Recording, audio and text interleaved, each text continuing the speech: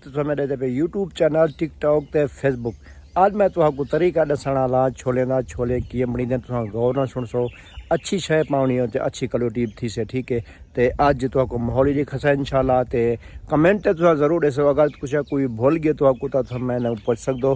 ते अज तुहाकू माहौल दिखाना ते छोले तुसाकू अज तरीका बनाउण सिखंदा भी किए छोले बनदे किए सारे मैं छोले भी चाहना तो मेहरबानी की करो जेरे मेरे नवे चैनल ते सब्सक्राइब करे सो ते कमेंट करो अच्छे अच्छे ठीक है। लंबी वीडियो मैं नहीं बना सकता क्योंकि झोड़ मींदा हुण थोड़ा सा निकलता पे मौसम बड़ा खड़ेता जो है नेटवर्क बहुत स्लो है। कल वाली वीडियो 3 मिनट ते 20 सेकंड दी कम से कम 4 घंटे लग गए अपलोड थी अज जड़ी ज्यादा ठीक है। वीडियो ना जुड़ रहा से तो हुण तो आप तरीका दसेंदा छोले दा संगत अज तो आपको मैं दिखे तरीका दसेंदा पिया छोले ना छोले किएं बणींदे तो देख सकदो। ए मिर्चां रखन ते ए मिसाले पाते रखन किनो चिकन वगैरह धाने सुके नमक।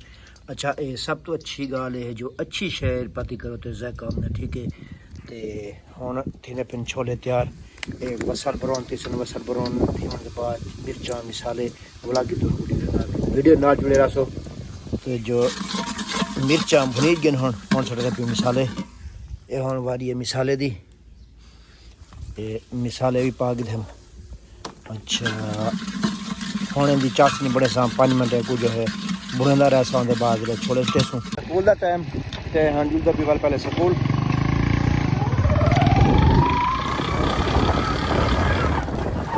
पहले जुलदू स्कूल संगत स्कूल के बाद जे मैं वाला फिर सा वस्ता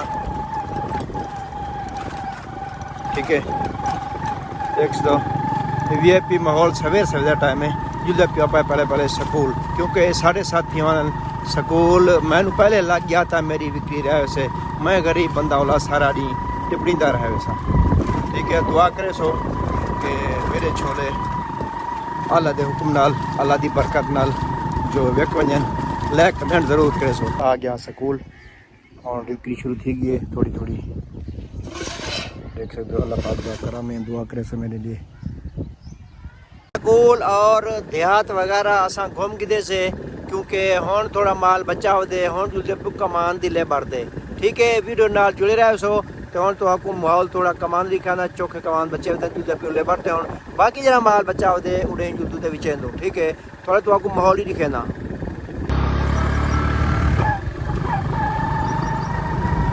ते हुण जुलदे पियो आप इवें कमांदे वाली साइड जो इलाके दे विच जेरी मैं सेल करके दी ते मेरे वास्ते दुआ करे सो जो मेरे छोले अज विक वजन क्योंकि स्कूल का अज पहला जाड़ा ते रिजल्ट चलते पियान ते उथा विक्री थोड़ी मेरी नहीं थी हल्की जी थी वाला इंदे बाद जो है जुलदे पियो उड़े हुण कमान ते बाकी माल विकसे इंशाल्लाह उथा ही ते जुलदे पियो उथे ही तो आपको माहौल ही रखेंदू ते हुण कमान दी लेबर ते ठीक है। मारका पुज गया लेबर ते लेबर खड़ी है हाली बोतल शोतल पीने पिन जमींदार नूं इहदे बाद फारिग थी सन ते इंशाल्लाह जे वाला छोले छोले खोसन ते अल्लाह करसे थी माल ख़त्म थी से तो माहौल देख सकते हो। कमान तकरीबन चिधारों ख़त्म थी गए देख सकते हो बिल्कुल पधार थी गए आखिरी गाड़ियाँ खड़े नहीं है जरा लोड थी न पे।